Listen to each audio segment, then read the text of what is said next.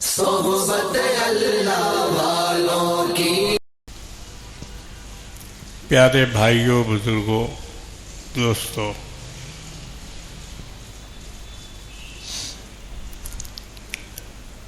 اللہ تبارک و تعالی نے امت محمدیہ کو مغفرت کا ایک پیکیج دیا ہے۔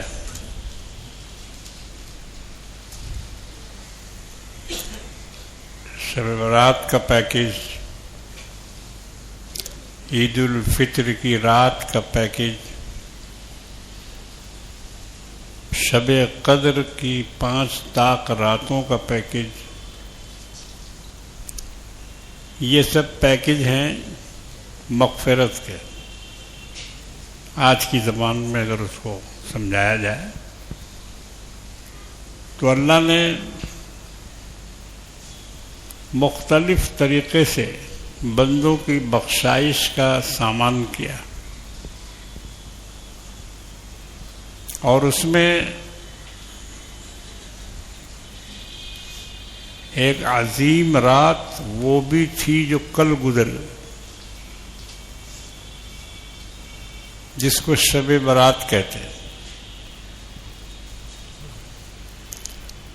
اب اس رات کو مسلمانوں نے کس طرح سے منایا اس کو آپ نے بھی دیکھا ہوگا، آپ کی نگاہوں نے بھی دیکھا اور آپ کے کانوں نے بھی سنا۔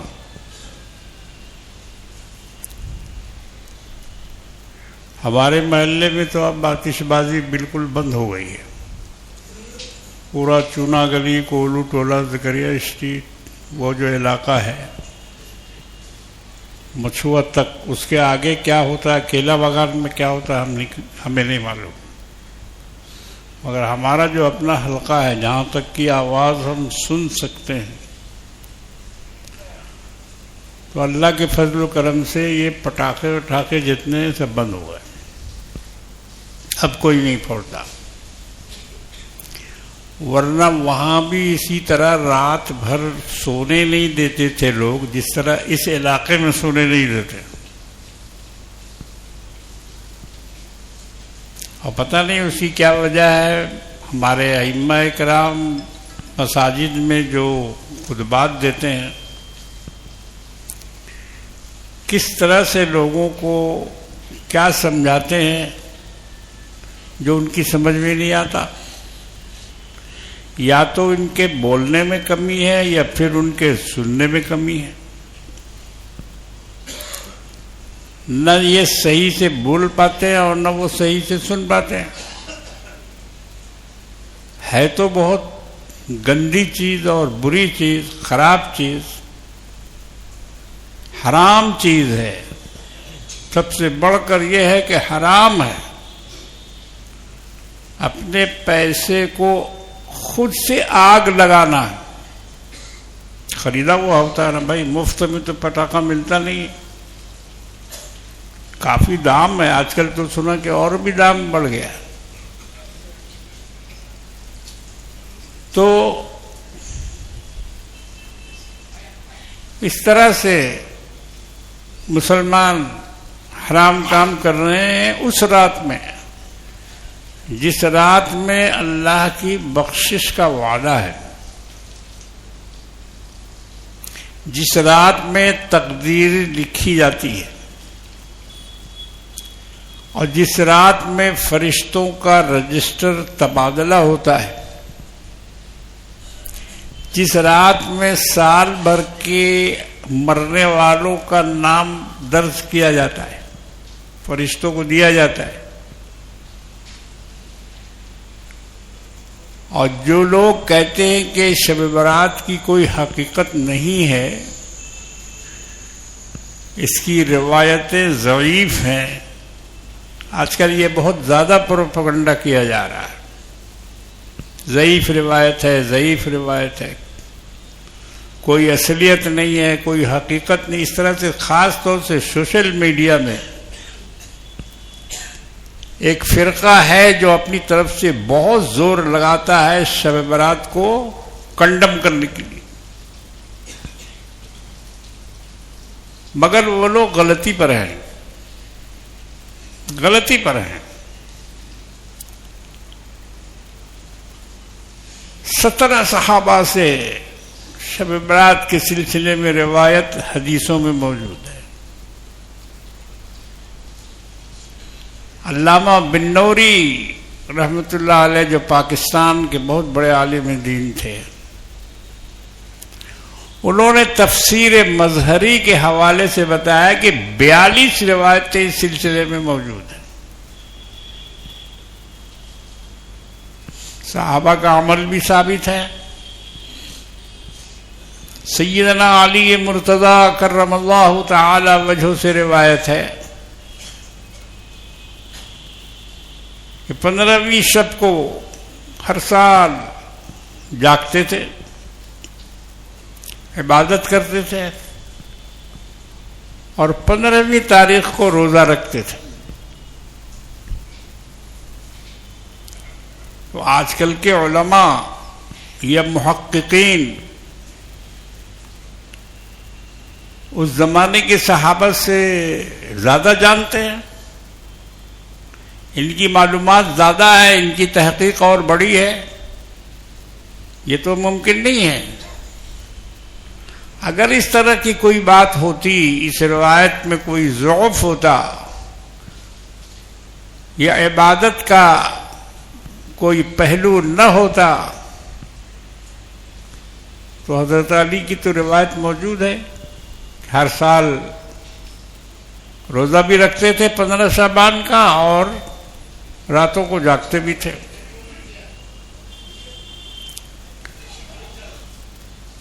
تو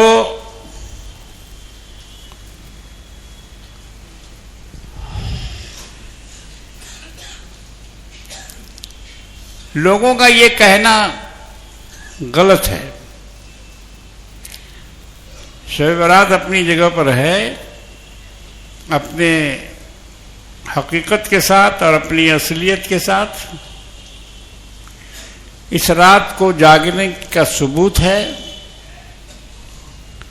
اور حدیث میں حکم ہے قوموا لیلہا وصوموا نہارہا، یہ الفاظ ہیں کہ اس رات کو جاگو، قیام کرو، رکوع کرو، سجدہ کرو، نمازیں پڑھو، تلاوت کرو، اور اس کے دن میں روزہ رکھو۔ بہت ساری حدیثیں ہیں، کچھ ضعیف حدیثیں بھی ہیں اس میں، ایسی بات نہیں ہے کہ سب مضبوط ہے، نہیں، مگر میں یہ کہتا ہوں کہ مسلمانوں کو ضعیف اور قوی میں پھنسانے کی ضرورت کیا ہے؟ یہ تو علمی بحث ہے، علم والے اس کو سمجھیں گے کہ کون حدیث ضعیف ہے، کون حدیث قوی ہے۔ کہ اہل علم میں یہ بحث ہونی چاہیے، عوام میں نہیں۔ آج کل چائے خانے میں بیٹھ کے لوگ ضعیف اور حدیث اور قوی پہ بات کر رہے ہیں، حالانکہ اس کا کوئی علم ان کو حاصل نہیں ہے، انہوں نے کہیں پڑھا نہیں ہے، کسی کا کلپ سن لیا، کسی کا ویڈیو دیکھ لیا، کسی کی تقریر سن لی۔ پاکستان میں کچھ مولوی ایسے پیدا ہوئے ہیں جو شب برات کا انکار کر رہے ہیں، مگر ہندوستان میں تو ہمیں ایسا کوئی عالم نظر نہیں آتا۔ اہل حدیث کے بھی بڑے بڑے علماء ان روایات کے قائل ہیں اور اس کو صحیح قرار دیتے ہیں۔ یہ خود میں نے تحقیق کی ہے، مجھے بھی اس سلسلے میں بڑی پریشانی ہوتی تھی، کیونکہ ہمارے والد ماجد حضرت قاری عبدالقوی صاحب نور اللہ مرقدہ شب برات کا بڑا اہتمام کرتے تھے، اور ہماری جو مسجد ہے، مسجد ملنگا ایڈن ہاسپٹل روڈ میں، اس میں ہر سال شبینہ ہوتا تھا، اور وہ شبینہ بہت زمانے سے چلا آ رہا تھا. ہمارے دادا جان رحمت اللہ علیہ ان کے زمانے سے، بلکہ اور ان سے بھی پہلے بھی بتاتے ہیں لوگ کہ اس مسجد میں شبینہ ہوتا تھا، اور دور دراز سے بڑے بڑے حفاظ اس مسجد میں آ کر، اس شبینے میں آ کر شامل ہوتے تھے. میرے پاس ایک پوسٹر سن 1939 کا ہے، 39. وہ ہم نے حفاظت سے اپنے پاس رکھا ہوا ہے. تو اس میں شبینے کا اشتہار ہے کہ مسجد ملنگا 22 نمبر ایڈن ہاسپٹل روڈ میں فلاں دن شب برات کے دن تعلق سے شبینہ ہوگا، آپ لوگ اس میں تشریف لائیے. اور تمام حفاظ کا نام لکھا ہوا تھا جو لوگ اس میں پڑھیں گے. تو بڑے بڑے حفاظ کا نام تھا اس میں. وہ ہے میرے پاس. اس میں ہمارے والد صاحب کا نام ہے، اس میں ہمارے بڑے ابا حافظ عبدالعلی صاحب کا نام ہے. سپارہ لینے کے لیے ہمارے بڑے ابا بتاتے تھے کہ آپس میں لوگوں میں لڑائی ہوتی تھی. وفات لوگ کہتے تھے کہ میرا نام لکھو، میرا نام لکھو. نام لکھنے کی لڑائی ہوتی تھی. ہر کوئی چاہتا تھا کہ اس شبینے میں جو رات بھر میں ختم کلام اللہ ہوتا تھا اس میں وہ شامل ہو. ایک شبینہ جو ہے وہ منع ہے، وہ ہے تراویح کا، جس میں 3 دن میں ختم کیا جاتا ہے. اس کو بھی شبینہ بولتے ہیں. تو وہ منع ہے کیونکہ اس میں لوگوں کو بہت مشقت دی جاتی ہے. 3 دن میں ختم، وہ بھی کھڑے کھڑے، وہ بھی نماز میں، تراویح میں. آپ سوچیے کہ کتنا مشکل کام ہے. مگر ایک زمانہ تھا کہ لوگ کرتے تھے، ابھی بھی کچھ لوگ کر رہے ہیں. پوسٹر چھاپتے ہیں 3 دن میں ختم. ابھی بھی پوسٹر چھپتا ہے. ہریسن روڈ کی ایک مسجد ہے، اس کا پوسٹر ہم دیکھتے ہیں ہر سال 3 دن میں ختم. اور کیا ختم کرتے ہیں؟ قرآن ہی کو ختم کر ڈالا. اس کے معانی کو، اس کے حروف کو، اس کے مطالب کو، اس کے پڑھنے کو، اس کی تلاوت کو، سب کو چورم چور مسمار کر دیا. کیا جواب دیں گے خدا کے یہاں یہ لوگ؟ قرآن کی ایسی بے حرمتی. قرآن اسی لیے نازل ہوا تھا تمہارے کھیل تماشے کے لیے. یہ کھیل تماشا نہیں ہے تو اور کیا ہے؟ کافی روپیہ ملتا ہے اس میں، کافی روپیہ ملتا ہے اس میں. اسی لیے یہ مولوی لوگ لالچ کے مارے 6 دن کا ختم کرا رہے ہیں آج کل. بہار میں بھی بہت سی جگہوں پر 6 دن کا ختم، 7 دن کا ختم. اب بھیڑ ہوتی ہے. آس پاس کے جتنے مکان کے لوگ اور پورے بازار مارکیٹ کے دکاندار، وہ سب کے سب اس میں 6 دن والے میں آ کے شامل ہوتے ہیں. اور 6 دن 7 دن کی تراویح سنتے ہیں اور کافی روپیہ ملتا ہے اس میں. اگر 27 دن تک پڑے گا تو اس میں پیسہ نہیں ملتا اتنا. مگر 6 دن والے کو، 7 دن والے کو 50,000 60,000 کہیں کہیں 1 لاکھ تک ملتا ہے. اب آپ سوچئے یہ قرآن کی بزنس ہے یا نہیں؟ قرآن کو بزنس کا ذریعہ بنا دیا، کمائی کا ذریعہ بنا دیا. یہ روپے کا لالچ ایسی چیز ہے کہ بندوں نے قرآن کو بھی نہیں چھوڑا. اللہ معاف کرے ان لوگوں کو جو لوگ یہ کام کر رہے ہیں، اللہ ان کو اچھی ہدایت دے، اچھی سمجھ دے کہ کم سے کم قرآن مجید کے ساتھ، اور وہ بھی خصوصی طور پر رمضان المقدس، رمضان المبارک، اس مہینے میں اور اس طرح کی چیزیں ہو رہی ہیں، لوگ اس کو منظور کر رہے ہیں، قبول کر رہے ہیں۔ آپ آرام سے 27 دن میں ختم کیجئے، لفظ لفظ قرآن کا سنیے، لفظ لفظ کو اپنے دل و دماغ میں بسائیے، حافظ سے کہیے کہ تیز مت پڑھو، ایسا نہ پڑھو کہ سمجھ میں نہ آئے، ایسا پڑھو کہ سمجھا جائے کیا کہہ رہا ہے، کیا پڑھ رہا ہے۔ یہ مبارک چیز ہے۔ جو لوگ اس طرح سے تراویح سننا چاہتے ہیں وہ اللہ کی رحمت کے متلاشی ہیں، خدا کی رحمت کو طلب کرنے والے ہیں، اور جو اس میں جلدی کا مطالبہ کرتے ہیں ان کے دل میں قرآن کی محبت نہیں ہے، جہاں تک میں سمجھتا ہوں، باقی اللہ دل کا حال جانتا ہے، میں جہاں تک سمجھتا ہوں کہ قرآن کی محبت ان کے دل میں نہیں ہے،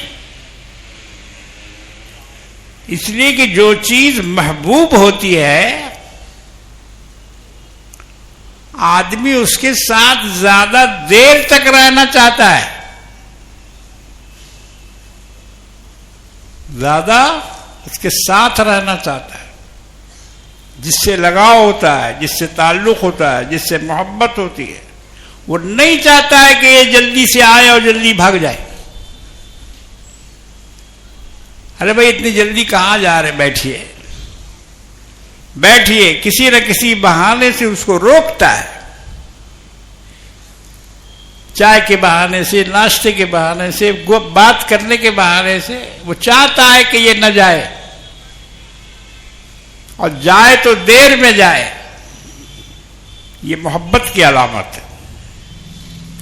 اور جس کے بارے میں یہ ہو کہ بھاگے جلدی سے، کب اٹھے گا کب اٹھے گا کب جائے گا، تو معلوم ہوتا ہے کہ اس سے تعلق نہیں ہے۔ قرآن کا بھی یہی حال ہے، جو لوگ جلدی سے قرآن سننا چاہتے ہیں تو ان کو قرآن کی قدر ان کے دل میں نہیں ہے، وہ نہیں جانتے کہ اس کی تاثیر کیا ہے اور اس کی برکتیں کیا کیا ہیں، ان کو معلوم نہیں، وہ اس کو اپنے اوپر ایک بوجھ سمجھتے ہیں، بوجھ۔ روزہ آسان ہے، تراویح مشکل ہے۔ بہت سے لوگوں کو ہم دیکھتے ہیں کہ روزہ رکھ لیتے ہیں مگر تراویح نہیں پڑھتے۔ مسجد میں 20 رکعت میں اور ایک ختم قرآن 27 دن میں کرنا، یہ بہت بڑی فضیلت کی بات ہے۔ ابھی سعودیہ والوں نے کرونا کا بہانہ لگا کر تراویح کی نماز کو 8 رکعت کر دیا۔ اب مسجد حرم میں 8 رکعت تراویح ہو رہی ہے۔ وہاں کچھ سلفیوں کا بھی غلبہ ہے، ابھی جو یہ نئے بادشاہ شہزادے سب آئے ہیں، محمد بن سلمان اور یہ وہ، ان لوگوں پر سلفیت کا غلبہ ہے۔ 8 رکعت والے ہمارے یہاں بھی بہت ہیں، تو وہ اسی کو سمجھتے ہیں کہ یہ مکمل ہے۔ تو جن کا یہ عقیدہ ہے وہ تو اپنے عقیدے پہ قائم رہیں، میں ان سے چھوڑنے کے لیے نہیں کہتا ہوں۔ انہوں نے اس کو حق سمجھا ہے، انہوں نے اس کو صحیح سمجھا ہے، وہ اس پر عمل کر رہے ہیں، مگر دوسروں کو اس کی نقل نہیں اتارنی چاہیے۔ حنفیوں کو اس کی نقل نہیں اتارنی چاہیے، کیونکہ حضرت امام ابو حنیفہ رحمۃ اللہ علیہ نے پوری زندگی میں 8 رکعت تراویح کبھی نہیں پڑھی. اگر پڑھی ہے تو ثبوت دو، لاؤ کتاب دکھاؤ ہمیں. بلکہ ان کی نمازیں اور زیادہ ہیں.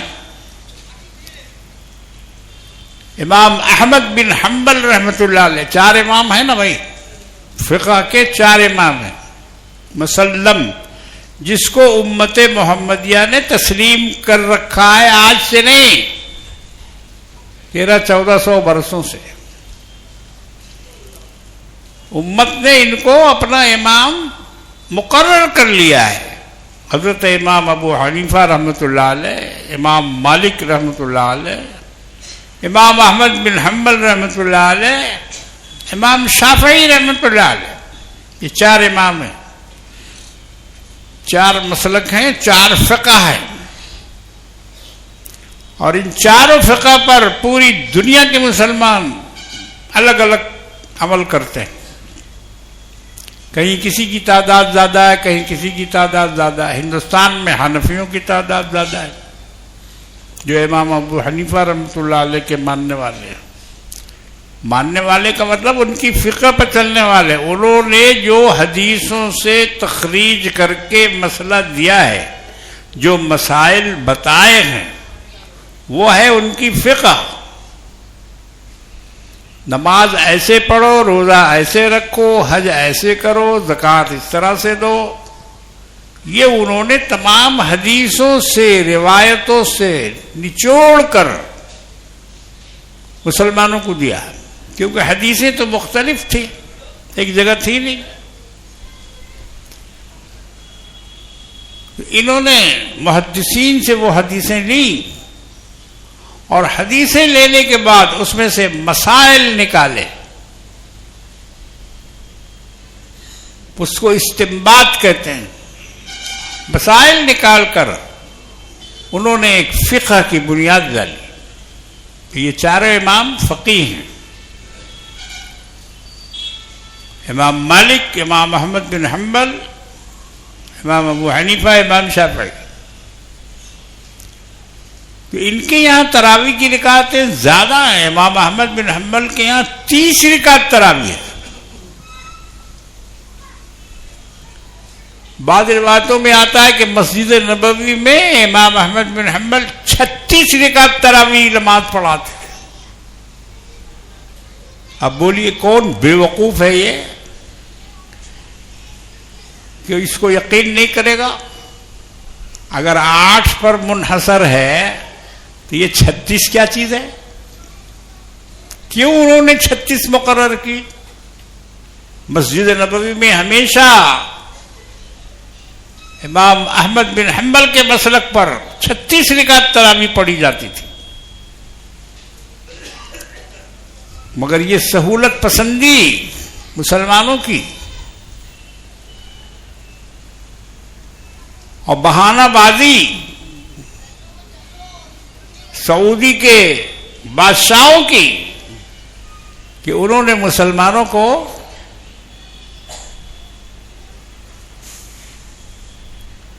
بیس میں سے 8 نکال دیا تو کتنا بچا؟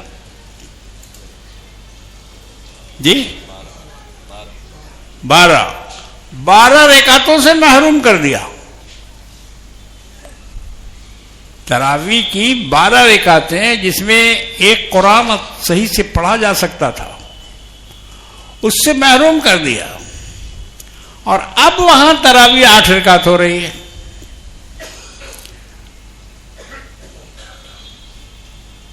تو بادشاہ ہیں، ان کے پاس طاقت ہے، ان کے پاس جیل ہے، ان کے پاس پھانسی ہے، ان کے پاس سر قلم کرنا ہے،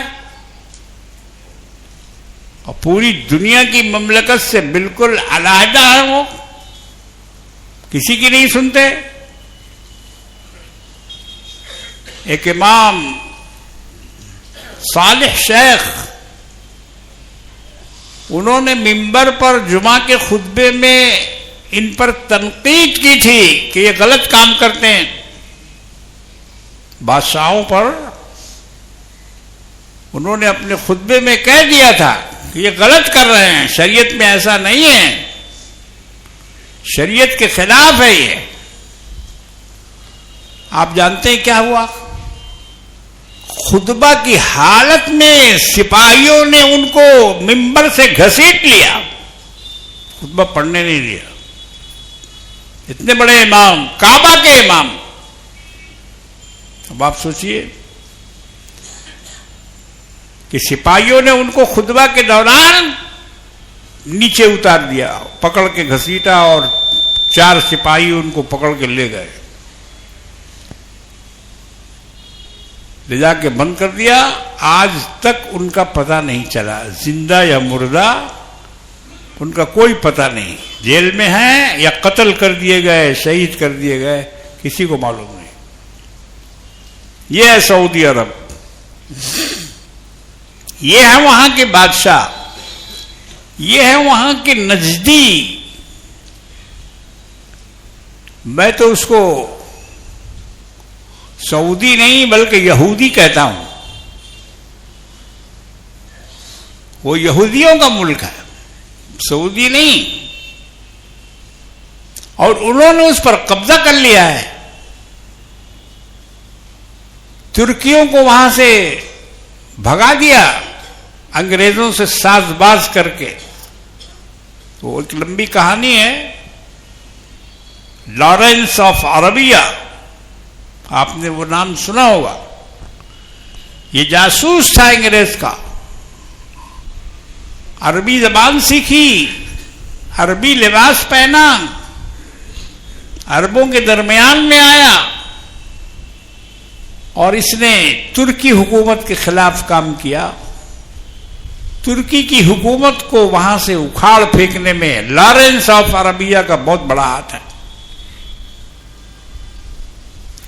اس نے شریف مکہ کو گرفتار کرایا، جو وہاں کے گورنر تھے ترکی کے، ترکی حکومت کے گورنر، ان کو شریف مکہ کہا جاتا تھا۔ اور اس کے بعد پھر یہ نجدیوں کا قبضہ وہاں ہوا۔ نجدیوں نے بڑی شرارتیں کی، جنت البقیع میں جتنے مزارات بنے ہوئے تھے، سیدہ فاطمہ زہرا کی قبر، حضرت امام حسن کی قبر، اور بھی اہل بیت کی قبریں، بڑے بڑے صحابہ کی، حضرت عثمان غنی رضی اللہ تعالیٰ عنہ کا مزار، یہ سب ترکیوں نے بنوا کے رکھا تھا۔ اگرچہ یہ بھی صحیح نہیں تھا، مگر ترکی بڑے عقیدت مند تھے صحابہ کے، اور نبی کریم صلی اللہ علیہ وسلم کے بڑے عاشقوں میں ان کا شمار ہے۔ اگرچہ بدعتیں ان کے اندر آ گئی تھی، اہل بدعت تھے وہ، اور اسی بدعت کے اثر سے انہوں نے مزارات تعمیر کروائے وہاں۔ حالانکہ اللہ کے رسول نے کسی بھی قبر کو ایک ہاتھ سے اونچی رکھنے کا حکم نہیں دیا، بلکہ حضرت علی کو اور ایک اور صحابی کو بھیج کر کہا کہ جاؤ، جتنی قبریں ایک ہاتھ سے اونچی ہیں سبوں کو برابر کر دو۔ چنانچہ برابر کرا دیا۔ تو آج بھی جنت البقیع کا جو قبرستان ہے، اس میں کوئی قبر آپ کو اونچی نہیں ملے گی، سب ایک بالش یا 1.5 بالش، اس سے زیادہ اونچی قبر نہیں۔ یہی ہے سنت۔ اللہ کے رسول نے جتنی بھی قبریں بنوائی اپنی نگاہ کے سامنے، اپنی موجودگی میں، وہ سب قبریں 1 بالش سے اونچی نہیں تھی۔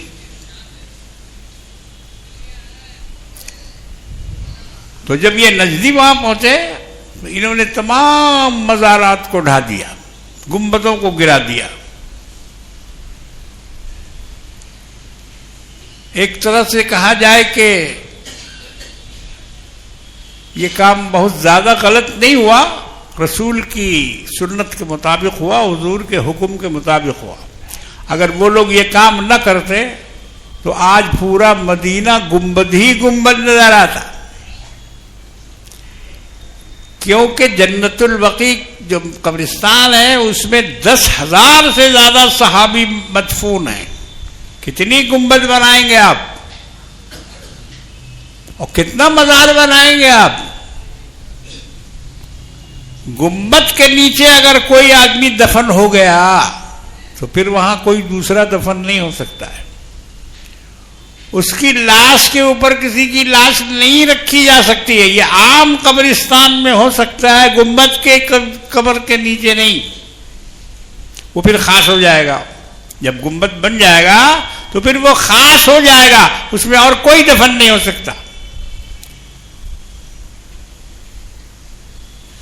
عام قبرستان میں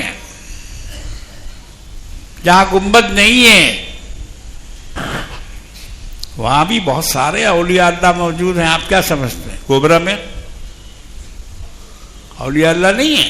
مٹی کی قبر دیکھ کے آپ کیا سمجھتے ہیں کہ اس کے اندر ولی ہے، بزرگ ہے، پیر ہے؟ کون ہے؟ خالی گنبد بنے تب آپ سمجھیں گے کہ یہ اولیاء اللہ ہے. اور اگر گنبد نہیں ہے تو ارے بے گنبد کے بھی لاکھوں اللہ کے ولی ہیں جو قبرستانوں میں ہیں، جن کی قبریں کچی ہیں، جن پر پھول ڈالنے والا کوئی نہیں ہے. اور قبروں میں پھول ڈالنا تو یہ تو عیسائیت کی چیز ہے، اسلام کی چیز نہیں.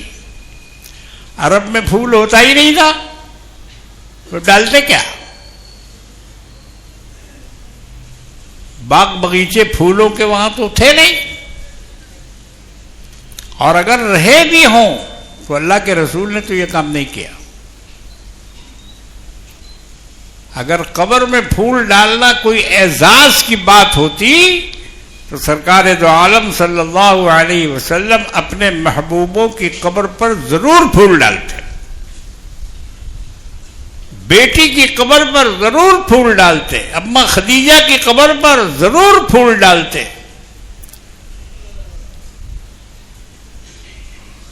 دور دراز سے منگوا کے ڈالتے اگر ڈالنا ضروری ہوتا یا اس کا کوئی فائدہ ہوتا تو اللہ کے رسول یہ کام کرتے.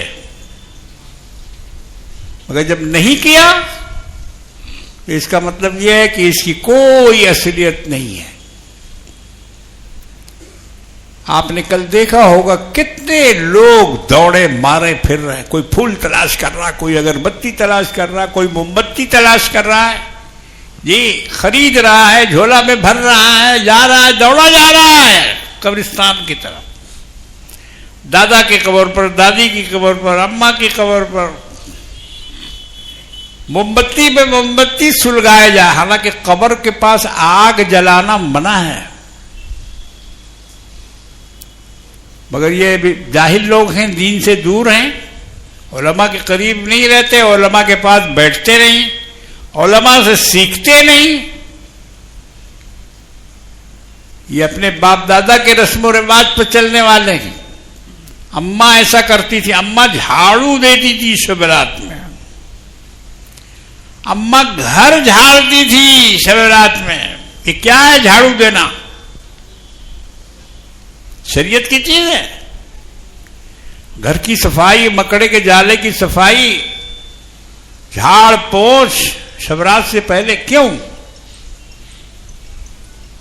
تو مشہور ہے جاہلوں میں کہ ابا کی روح آتی ہے، اماں کی روح آتی ہے. حالانکہ بالکل غلط بات ہے. کسی کی روح نہیں آ سکتی ہے وہاں سے. وہاں سے نکل کر کسی کی بھی روح نہیں آ سکتی ہے.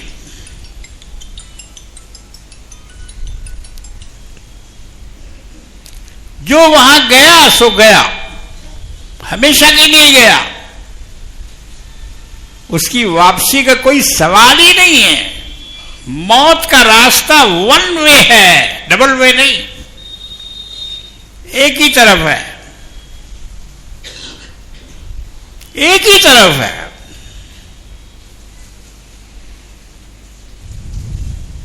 ملک عدم کا راستہ کتنا صاف ہے، اس کو ملک عدم کہتے ہیں. ملک عدم کا راستہ بھی کتنا صاف ہے. بچہ چلے، ضعیف چلے یا جوان چلے، سب کے لیے وہ راستہ ہے.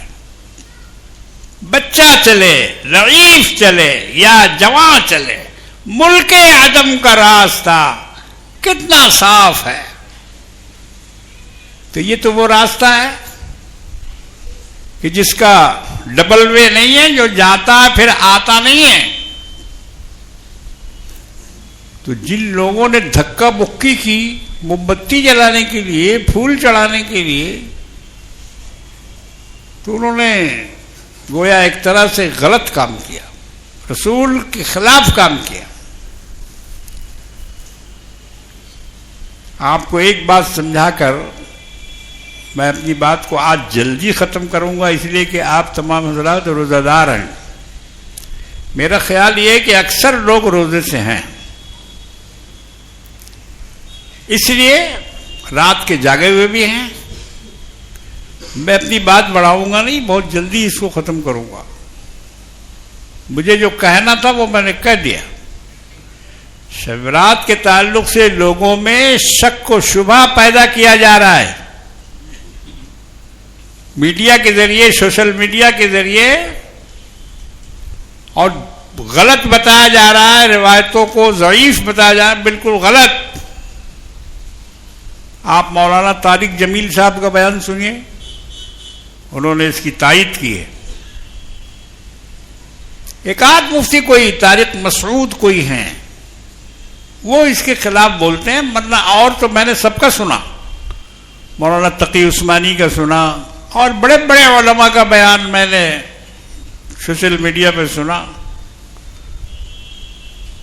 ہندوستان کے بھی بڑے سے بڑے علماء، ان کا بیان بھی سنا. کوئی مخالف نہیں ہے. سب کہتے ہیں کہ اس کا ثبوت ہے، عبادت کرنا چاہیے، جاگنا چاہیے، رونا گڑ گڑانا چاہیے، توبہ قبول ہونے کی رات ہے. ہم لوگوں نے اس کو ہوٹلوں میں گزار دیا، کباب پراٹھا کھاتے ہوئے، موٹر سائیکل پر دوڑاتے ہوئے اپنی رات ضائع کی. اللہ ہمارے نوجوانوں پر رحم کرے. انہوں نے شب رات کو بھی کھلواڑا بنا دیا. موٹر کی ریس کرتے ہیں، موٹر سائیکل کی ریس لگاتے ہیں، اور جھوٹ موٹ کا یہ قبرستان وہ قبرستان، 16 آنا تو فلانا. کیا ہے بھائی؟ کس نے کہا تم کو کہ قبرستان موٹر سائیکل دوڑاؤ، یہاں جاؤ وہاں جاؤ وہاں جاؤ؟ ایک دفعہ نبی کریم صلی اللہ علیہ وسلم سے قبرستان جانا ثابت ہے، ایک دفعہ پوری زندگی میں. تو اگر کوئی سنت ادا کرنا چاہتا ہے تو وہ ایک دفعہ چلا جائے، سنت ادا ہو جائے گی. کیونکہ اس کے بعد پھر حضور نہیں گئے اس رات میں. ویسے تو قبرستان جاتے تھے، مٹی دینے، کسی کی وفات پر، کسی کے جنازے میں شامل تو ہوتے تھے، لیکن خاص شب رات کے موقع سے جانا یہ پوری زندگی میں ایک ہی بار ثابت ہے. اور وہ بھی اما عائشہ صدیقہ رضی اللہ تعالی عنہ کی روایت ہے. ابن ماجہ شریف کی، ترمذی کی، یہ دو کتابیں ہیں جس میں یہ روایت موجود ہے. تو بہرحال میرے بزرگوں، دوستوں، جن لوگوں نے شب برات کو شب برات کے طریقے پہ منایا، انہوں نے اللہ کی خوشنودی حاصل کی. جو راتوں کو روئے، جنہوں نے تلاوت کی، جن کو چند رکعت تہجد کی نماز کی توفیق مل گئی، وہ بڑے خوش نصیب لوگ ہیں. وہ سال بھر تو نہیں پڑھ سکتے، اگر شب رات میں جاگ کر ایک رات 6 رکعت کم سے کم ہے تہجد کی اگر پڑھ لیا تو بہت بڑی فضیلت انہوں نے حاصل کر لی. اور اس کے بعد رات کے بعد جو صبح آئی ہے اس میں روزہ رکھا، سحری کی نیت کی، روزے کی سحری کھائی، اور آج الحمدللہ جمعہ کا مبارک دن ہے، اور اس مبارک دن میں اللہ کے ان بندوں نے روزہ رکھا ہے۔ ویسے بھی 15ویں کا روزہ سرکار دو عالم صلی اللہ علیہ وسلم کی سنت ہے۔ 13، 14، 15 ہر مہینے آپ روزہ رکھا کرتے، اس کو ایام 20 کا روزہ کہتے ہیں۔ جو یہ روزہ رکھتا ہے اس کے سال بھر کے گناہ معاف ہوتے ہیں، سال بھر کے گناہ۔ ایسی فضیلت ہے، تو اللہ کے رسول اس فضیلت کو چھوڑتے نہیں تھے۔ ہر مہینے میں 13، 14، 15 چاند کی تاریخ کو آپ روزہ رکھتے تھے۔ تو آپ نے جو آج یہ 15 رکھ لیا ہے، اگر آپ 13 اور 14 کو بھی رکھ لیتے تو نبی کے طریقے سے آپ کا طریقہ مل جاتا۔ ایام 20 کے روزے بھی رکھ لیتے آپ۔ بہرحال یہ شب برات تو گئی، اب کیا ہے؟ اب لیلۃ القدر آنے والی، جس کے لیے میں نے شروع کی آیت سورہ قدر کی میں نے تلاوت کی۔ اس کی قدر کیجئے، وہ رمضان میں آتی ہے، رمضان کے آخر عشرے میں وہ رات آتی ہے۔ اگرچہ اس کے بارے میں اور بھی مختلف روایتیں ہیں، لیکن یہی ہے کہ آخر عشرے میں جو 5 راتیں طاق راتیں ہیں، اس میں شب قدر رہتی ہے، اور اسی میں شب قدر کو ڈھونڈنا چاہیے۔ صحابہ نے کہا کہ یا رسول اللہ، پچھلے دور کے لوگ 80 برس مسلسل روزہ رکھتے تھے، 80 سال، 100 سال جہاد میں رہتے تھے، تو ہم لوگ ان ثوابوں کو کیسے پا سکتے ہیں؟ ان کی نیکیوں کو کہاں پا سکتے ہیں؟ ان کی لمبی لمبی عمریں تھیں، انہوں نے نیکی کمائی، تو ہم لوگوں کی عمر تو اتنی نہیں ہے۔ تب یہ سورہ نازل ہوئی، تب یہ سورہ قدر نازل ہوئی، جس میں اللہ نے فرمایا کہ اس میں ایک رات ایسی ہے کہ اگر اس میں عبادت کر لو تو تمہیں 1000 مہینے کی راتوں کی عبادت کا ثواب مل جائے گا، اور تم ان لوگوں سے بڑھ جاؤ گے کہ جن کی عمر 1000 سال تھی۔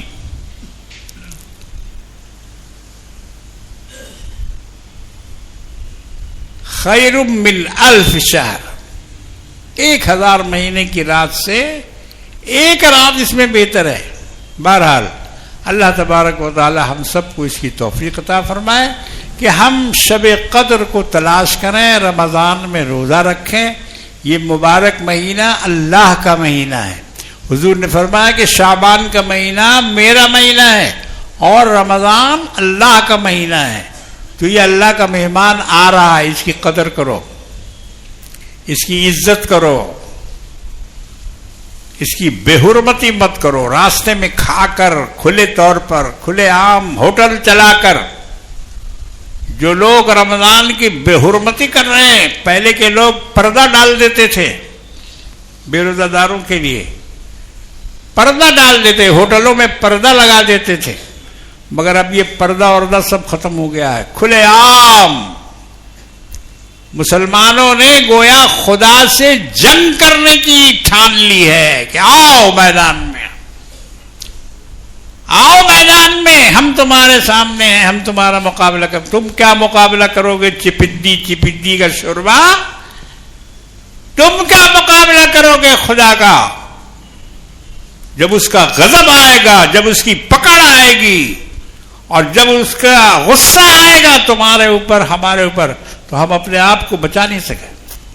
اور وہی ہو رہا ہے، دیکھ لو، مسلمانوں کے محلے صاف کر دیے جا رہے ہیں، رات بھر بلڈوزر چلا کر ان کو فنا کے گھاٹ اتار دیا جا رہا، اور کوئی بولنے والا نہیں،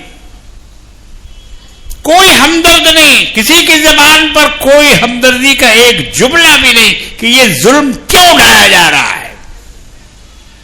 چن چن کر مسلم محلوں کو بلڈوزر کیا جا رہا ہے۔ یہ کیا ہے؟ عذاب نہیں ہے تو اور کیا ہے؟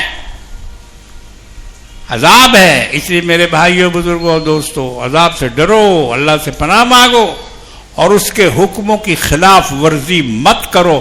یاد رکھو جتنی قومیں فنا کے گھاٹ اتاری گئی ہیں انہوں نے اللہ اور رسول کی بات نہیں مانی تھی، تب اللہ نے ان کو غرق کر دیا، تب اللہ نے ان کو دھسا دیا، تب اللہ نے ان کو ڈبا دیا، تب اللہ نے ان کو فنا کے گھاٹ اتار دیا. کیوں؟ فَعَصَىٰ فِرْعَوْنُ الرَّسُولَ فَأَخَذْنَاهُ أَخْذًا وَبِيلًا. انہیں رسول کی بات نہیں مانی، انہوں نے رسول سے انحراف کیا، ہم نے ان کو پکڑ لیا. اللہ ہم سب کی حفاظت فرمائے. اللہ ہمیں رسول اور اللہ کا مخالف نہ بنائے، بلکہ کوشش کریں کہ ہم زیادہ سے زیادہ اللہ رسول کی اطاعت کریں. اللہ تبارک و تعالی ہم سب کو اس کی توفیق عطا فرمائے. وآخر دعوانا ان الحمد للہ رب العالمین.